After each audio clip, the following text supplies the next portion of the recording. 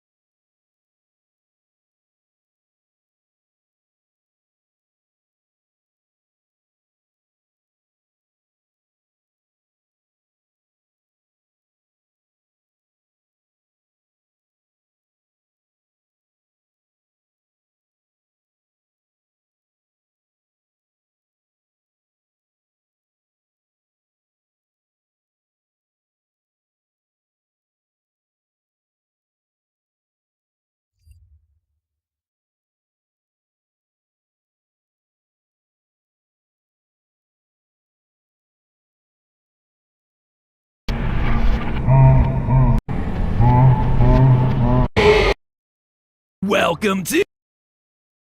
I mean, on one hand, FNAF fans be eating good this month. There's books, there's a teaser for the movie, there's a trailer for Security Breach's Ruin DLC, heck, there's even a brand new FNAF VR sequel that literally got announced as I'm recording this episode. It is all super exciting stuff. I hope you're prepared to engorge yourself in lore like Chica consuming a pizza. It is literally the year of FNAF, which is fitting since it's 2023 and that's the year of FNAF 3. Also, probably FNAF 6. Honestly, the only thing they're missing from this year is some sort of haunted attraction. But on the other hand, there is chaos in the wider theorist community. Buried in this landslide of new material are a lot, and I mean a lot, of very significant lore drops that feel unusually explicit for this franchise. Hints to the origins of Henry, revelations about secret AI programs controlling the Pizzaplex, confirmation that Gregory was in fact Patient 46. But here's the thing, no one can actually agree on what it's all trying to say. Everyone recognizes that there's been a lot of very important stuff that's being revealed lately, but every online FNAF theorist that I've seen has taken the clues and wound up with a different solution to the puzzle. And normally that's not a big issue. That is the beauty of theorizing, to reach your own conclusions, to make your own predictions, to come up with your own personal headcanons as part of the internet hive mind's attempts to work together and solve a common mystery. There are going to be people that you agree with and people that you don't, and you know what? It's great either way. Except this time, we kinda gotta sort of figure it out. What we're talking about today is some major stuff. Everything that's coming out right now feels like it's trying to guide us into what the plot of Security Breach was meant to be. And now with Ruin coming out in July and building off of that initial game, we've got a ticking clock demanding that we solve things, and quick. Our window is tight. So today I'm here to catch you up on all the major reveals and the ensuing controversies before throwing my purple hat into the ring on what I suspect it all means. Good news, bad news on today's episode, friends. Good news, I think we've been on the right track the entire time. Bad news, I don't think the wider FNAF community is gonna agree with me. This one is gonna be a battle, so are you ready, theorists? It's time to eat pizza and theorize, and I'm all out of pizza. Okay, first let me catch you up on the big FNAF drama. Let me set the stage. It's April. All of Team Theorist over here has just finished slaving away on our massive timeline for the series. We've done it. We are on the beach, coconut drinks in our hands, eager to take a break from the franchise until Ruin's release later in the year. But nope. Scott had himself some other plans. He smacked those beverages clean out of our hands and released 3 new books: Submechanophobia, The Bobby Dots Conclusion, and Nexi. Now, normally that wouldn't be too much of a concern, right? Books tied to this franchise have been coming out for years. It's just part of the content treadmill at this point, and it's not like they tend to add a whole lot. Only one in like every 6 stories is even remotely lore relevant, and even then the connection back to the games only exists if you squint at it. But oh no, friends, not this time. Across the 3 books, story after story after story seems to have significant lore implications. And not only that, they're also much more direct in the way that the information is presented, with characters and events mapping largely one for one onto characters and events from the games. If you're not in the habit of reading these things, and let's be honest, why would you when I could just do the homework for you, what I'm talking about might be a bit confusing, so I'm just gonna explain by way of example. In GGY, one of the 4 stories that set the internet on fire, a young boy named Greg, with brown hair and big brown eyes, is a master hacker who's been reprogramming the animatronics at the Pizzaplex for evil deeds, including bumping off 3 school counselors that seem to be getting too close to the truth. He also has himself a habit of being really good at the Pizzaplex's arcade games, leaving behind his initials GGY at the top of the game's leaderboards. Now, compare that information to what we get in the games. There's a young boy named Gregory with brown hair and big brown eyes who seems to be Patient 46, a master hacker that's reprogramming the animatronics at the Pizzaplex for evil deeds, including bumping off 3 therapist characters that also seem to be getting too close to the truth. He also has himself the habit of leaving the letters GGY at the top of the leaderboards at various arcade cabinets throughout the Pizzaplex. Now that right there, that is not counting animatronic toes and trying to match up striped shirts. That is about as explicit of a one-to-one parallel that you get for this franchise. So when the story also reveals that Greg's nickname is Rab, aka Dr. Rabbit, you stand up and take notice. And you know what? The internet sees it. They recognize the connections and how important the books have suddenly become. No longer am I out there on my own little island shouting into the void about using the books to inform our speculation about the lore. Finally, the internet agrees with me. To me, this is a huge step in the right direction in terms of figuring out the wider lore of the franchise. You know, there's just one teeny tiny little problem with this. No one can quite agree just how seriously to take this lore. After years of denying the book's canonicity, there's suddenly been a massive swing of the pendulum the complete other way, where now many pockets of the FNAF community vehemently believe that these most recent stories are fully canon with the games. In other words, we're no longer talking about an alternate universe where events are similar to the games, but with slight differences. Oh no. Now the debate is all about whether what you read in the books also happened in the Pizzaplex that we play through in the games. So before we dive into that can of worms, let's just talk about the stories themselves. I already filled you in on GGY, which means it's time to talk about the other 3 which tell themselves a connected timeline of events, starting with the first, the Mimic. This is the one that everyone has been losing their collective minds over. This story tells the tale of Edwin, a genius inventor and single father, and his hyperactive son, David. Basically, Edwin is overworked. Years ago, he sold his struggling robotics company to Fazbear Entertainment, who now has him hard at work turning their, quote, weird costumes into entertaining robots, with the first one that he's working on being a bright yellow chick. There's just one problem here, David. David is 4 in all the best and worst ways possible. It means that he's sweet and excitable, but it also means that he's moody and demands a lot of time and attention. 2 things that Edwin does not have. So to fix his problem and get himself more work time, Edwin creates a piece of software known as Mimic 1. Using some spare robot parts, he makes a legless endoskeleton that's able to copy everything that David does. Basically, this thing's an AI that's using David as his training data. And while Mimic 1 starts by merely copying David, pretty soon it's able to respond on its own, independently. And David loves this thing, which means that Edwin is finally able to disappear into his work. Everything seems to be going well until tragedy strikes. An unsupervised David runs out into the middle of a busy highway and is killed. Edwin is devastated, and he takes all his rage out on the Mimic, this robot that continues to behave like his son, infusing the metal of the bot with pure agony. We then flash forward in time to Edwin being gone, and the Mimic roaming the halls of his abandoned home, a brutal killer still in possession of David's childlike tendencies. So, does any of that sound familiar? Cause it should. It's Henry Emily, a genius inventor who helped create the robots of Fazbear Entertainment, a man who also happens to be a single father whose only child dies in a tragic accident when they decide to run outside, a creator whose first project was Chica. Now, that alone would be plenty of connected dots, but the story continues to hammer home the parallels between these 2 men. In past videos, I've talked a lot about Henry's signature animatronic design, the hinged jaws that we see on the original animatronics, as well as the Rockstar animatronics. Well, guess what? This is how Edwin decided to build the Mimic. Quote, under the eye housing, Edwin had welded in place a hinged jaw. Speaking of Edwin's robots, do you know what Edwin's first business project was? He made robotic vacuum cleaners, presumably like the ones that we see in FNAF 6. Edwin and Henry even share the same sandy brown hair color. But the other big parallel that the story gives us is when Edwin destroys the Mimic. The way this event is described is very similar to when Henry built the final Charlie bot from the 4th Closet novel. Here's how it's described in Tales of the Pizzaplex. You can almost feel his murderous thoughts pouring through his muscles, transfusing through the metal into Mimic's systems. And here's what happens when Henry builds the Charlie bot after her death. Quote from that book: "When Henry began to make the fourth, his despair turned to rage. He seethed as he soldered her skeleton together, pouring his anger into the forge where he shaped her very bones. It was not Charlotte drenched in grief, it was made alive with Henry's fury." In both instances, we have men who have instilled their creations, animatronics that are literal stand-ins for their dead kids, with the pain and rage of loss. If that's not a solid connection, I don't know what is. Even from a timeline perspective, Edwin being Henry makes a lot of sense. In the Mimic, they specifically call out that he's 24 years old. After the death of his son, he disappears. But then, in another tale from the Pizzaplex, this one called The Storyteller, we meet up with Edwin 40 years later, at the point that he decides to return to the Fazbear franchise to sit on their board of directors. Again, the books make a very specific point to call out all these dates. So why? What's the big deal here? Well, if Edwin is truly the parallel for Henry, Henry lost his daughter Charlie in 1983. We're not exactly sure when he leaves the company, but we definitely know when he comes back, 2023, as evidenced by the numerical code in FNAF 6. 40 years later. A perfect match to the time frame that the books have laid out. In short, Edwin has to be Henry, which means, in a very cool twist, our early franchise timeline was almost perfectly correct. In that video, I said that William Afton's company specialized in hand-sewn mascot suits, and that Henry, when he was brought in, was the one responsible for turning those suits into animatronics. That prediction right there, that was right on the money. I was also on the right track when I said that one of the two founders had their failing company get bought out. I was just wrong about which one. In that timeline video, I suggested that Afton made Fazbear Entertainment, but eventually ran out of money and had to be bailed out by Henry. But as this story shows, it's actually the other way around. Henry was ultimately the one that was bought out. And in one final parallel between the books and the games, the story actually describes the Fazbear exec that gets Edwin to sign away his business as Portly, which connects all the way back to the Silver Eyes, where Afton was described in a similar way. Quote, "Afton was as robust and lively as Henry was withdrawn and shadowy. He was a hefty man who had the ruddy geniality of a financially shrewd Santa Claus." Okay, cool, so we've got some confirmation on some early parts of the franchise, but what does any of this mean for Security Breach? Well, that's where the second Edwin story comes in, the Storyteller. In this one, we rejoin Edwin 40 years later. Because of his importance to the early days of Fazbear Entertainment, he now sits on the board of directors, a fact that does not land too well with the current head of the board, Mr. Burrows. Get it? His name's Burrows because everyone's always connected to rabbits. Anyway, to cut costs at the Pizzaplex, Mr. Burrows decides to lay off the entire creative department, instead replacing them with a generative AI that's capable of creating new storylines for all the characters. Basically, this thing is like ChatGPT on steroids. This, understandably, upsets Edwin, who apparently has gone from engineering nerd to creative heart of the company. But he's not just a WGA member that's upset about some Writers Guild's rights. What makes matters worse is the fact that Mr. Burrows isn't using just any AI, he's installing Mimic 1, the same program that Edwin created, the one that was trained by his son 40 years prior. When they install it, it even comes in the form of his son's favorite toy, a white tiger head. And here's where things start to